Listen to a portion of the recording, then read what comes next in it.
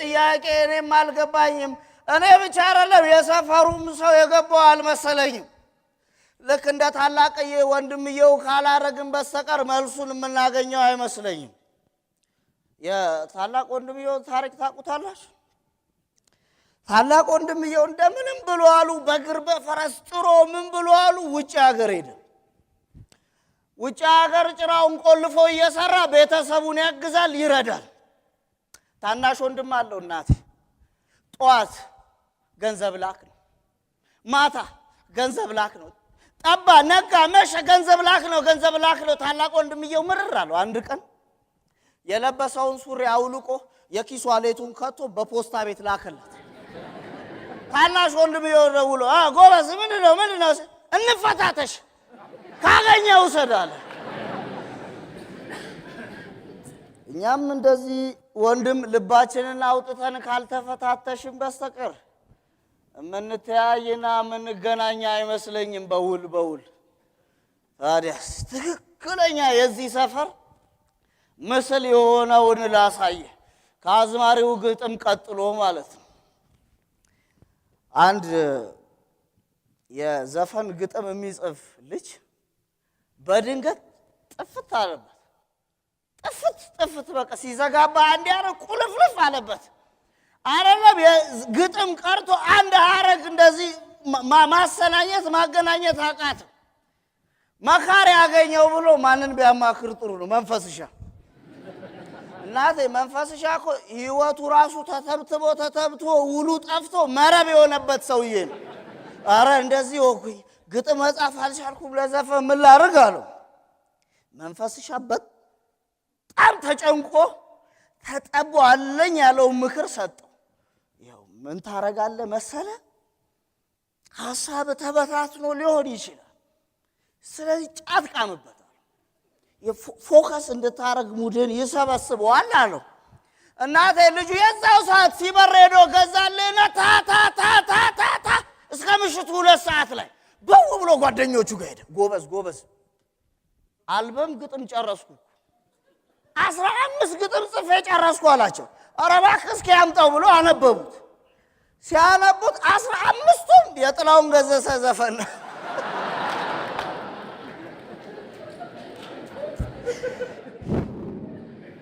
ወንድሜ ለካ ስትቅም ያዳመጠችው ሙዚቃ ነው የጻፈችው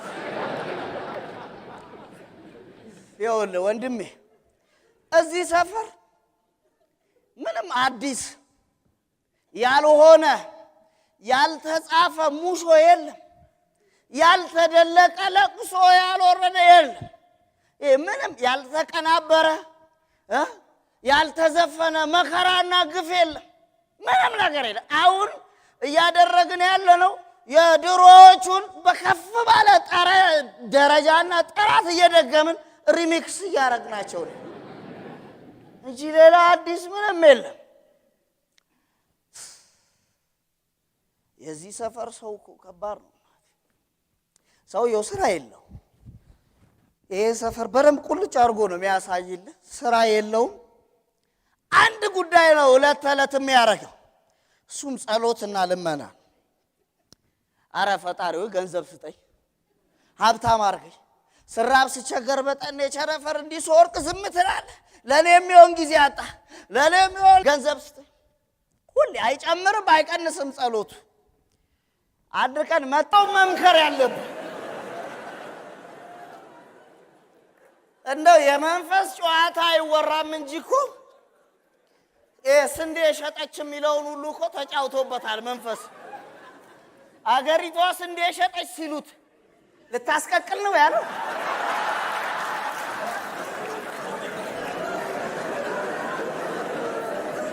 በአውሮፕላን ካልመጣ መቼ ሳንበላ ማረልኝ እናቴ በሩቅ ያየው ሊያስጎመጅ ይችላል የሰማው ሊያጓጓ ይችላል እውነቴን ነው ምልህ የኖርከውንና የምታወቀውን ያህል መራራነቱንና ጣፋጭነቱን መለየት አትችል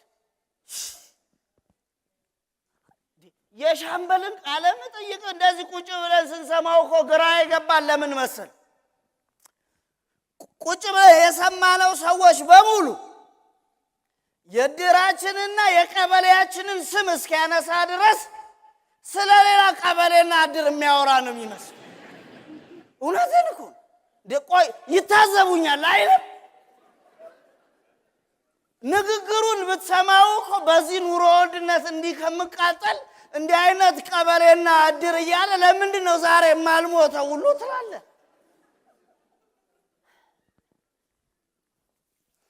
እውነት ይኸው እማማ ልጣሽ ምስክሬ ናቸው።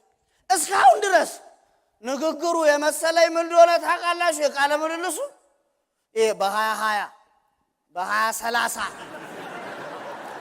እቅድ እድሩና ቀበሌው ችግሮቹን አስተካክሎና አርሞ በ20 ምናምን እንደዚህ ቢሆንስ ተብሎ የሚታይ እኮ ነው የመሰለኝ።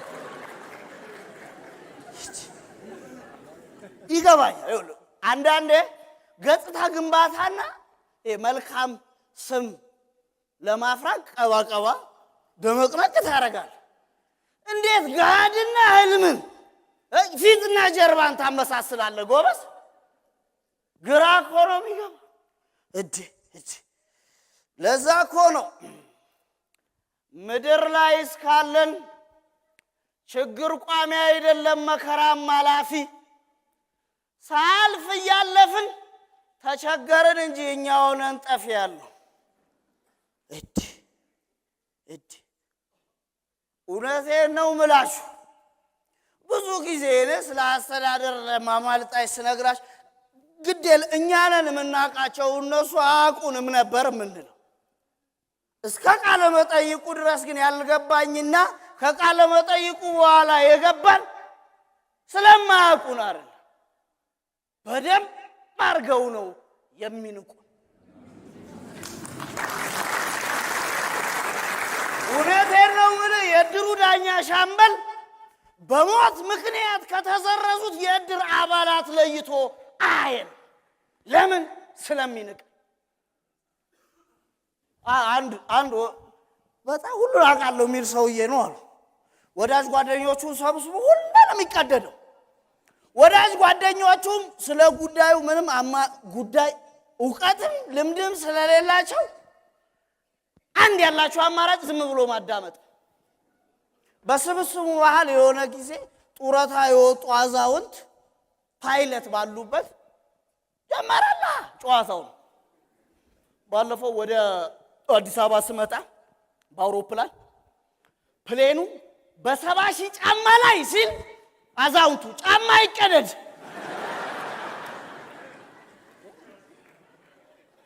ጎበዝ የቁጥርም እኮ ጡር አለው።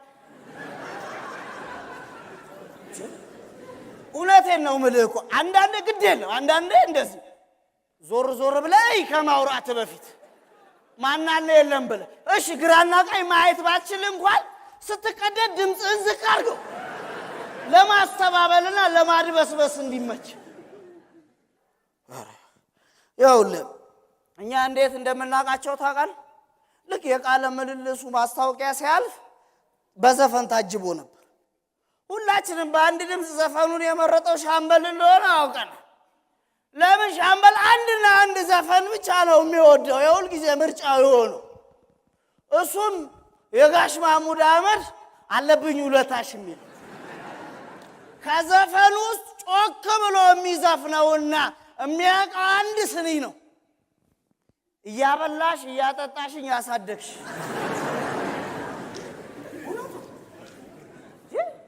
አገሪቷ እንደ ሻምበል ያበላችሁ ያጠጣችሁ አለ በስሙ። ትክክል ነው። ግን ችግሩ ምንድነው? እነ ሻምበል በልተውና ጠጥተው ጠግበው ለሚዘፍኑት ነገር እኛን ሰፊውን ህዝብ የግጥምና ዜማው ደራሲ ማድረጋቸው። ይኸውልህ መበላት እኮ ያለን ትበላል። እኛ ደግሞ በጣም ብዙና ዘርፈ ብዙ የሆነ የመበላት ልምድ አለ፣ እናውቀዋል። ለምሳሌ በተጋጣሚ ስም ተመዝግበን ሳንጋጠም ተበልተን እናውቃለን፣ እንበላለን። አሁን እኮ እነ ሻምበል እያደረጉ ያሉት ምንም የተበይነት ልምድ እንደሌለው ሰው መቁጠራቸው ሳያንስ በደጋፊ ስም መዝግበውን መበላታችንን የሚነግሩን በሰበር ዜና። እውነቴን ነው። ይኸውልህ ልትበላ ትችላለህ፣ ትበላለህ፣ ግድ ነው። ግን አበላሉን በቀጥታ ስርጭት በማብራሪያ ማስተላለፍና ተበይውን ኦዲት ሰርተ አምጣ ማለት ግን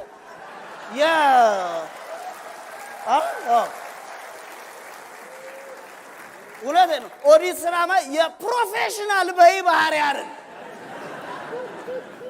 በቃ እሺ ይሄም ይሁን በሂደት ነው ብቁነት የሚመጣው ብለን ዝም እንዳንል ከመበላታችን የበለጠ የሚያናደው ተበልተዋል ተብለን እናቋቁማቸው በሚል ድጋሚ ይበላል።